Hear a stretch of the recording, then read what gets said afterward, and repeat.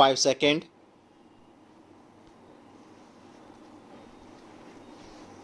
Start.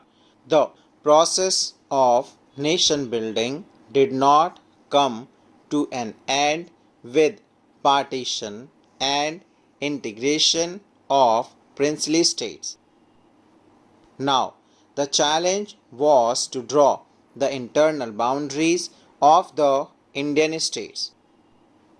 This was not just a matter of administrative divisions. The boundaries had to be drawn in a way so that the linguistic and cultural plurality of the country could be reflected without affecting the unity of the nation.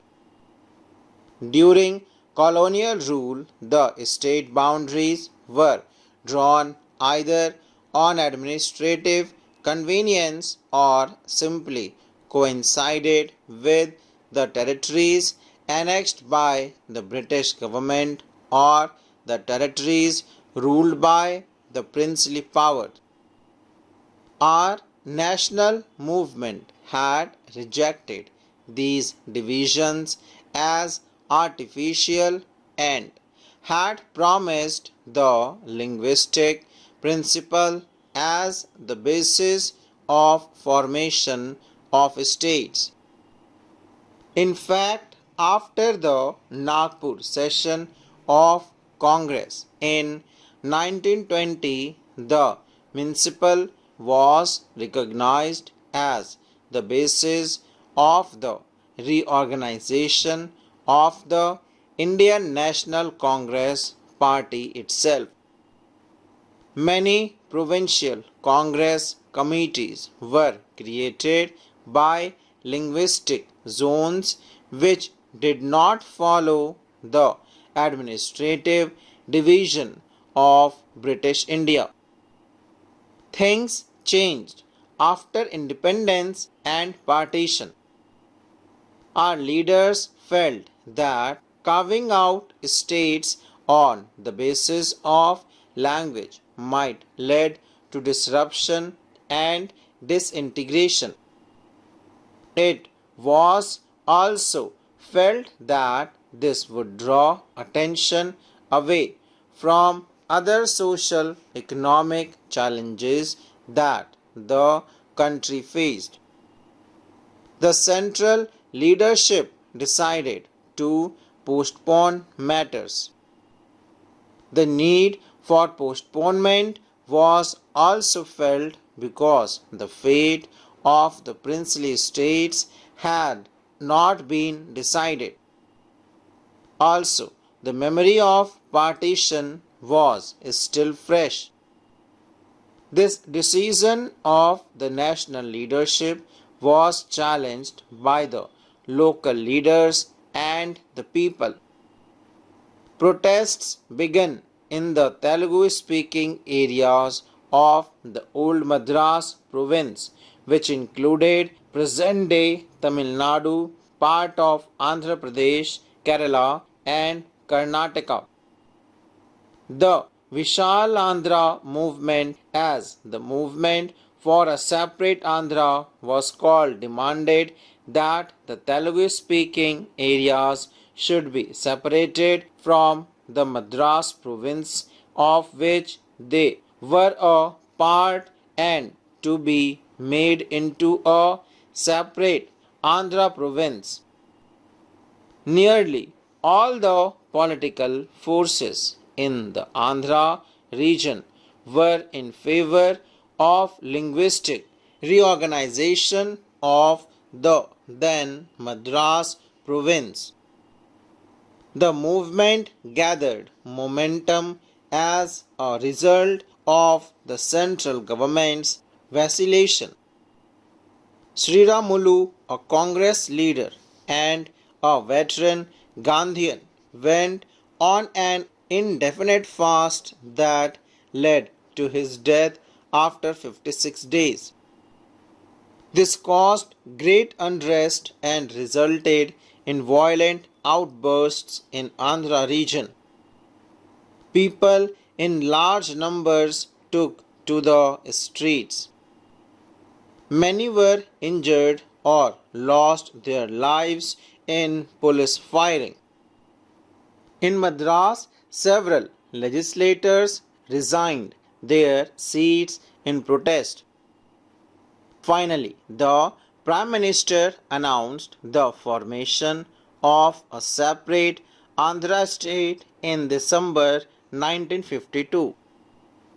The formation of Andhra Pradesh spurred the struggle for making of other states on linguistic lines in other parts of the country.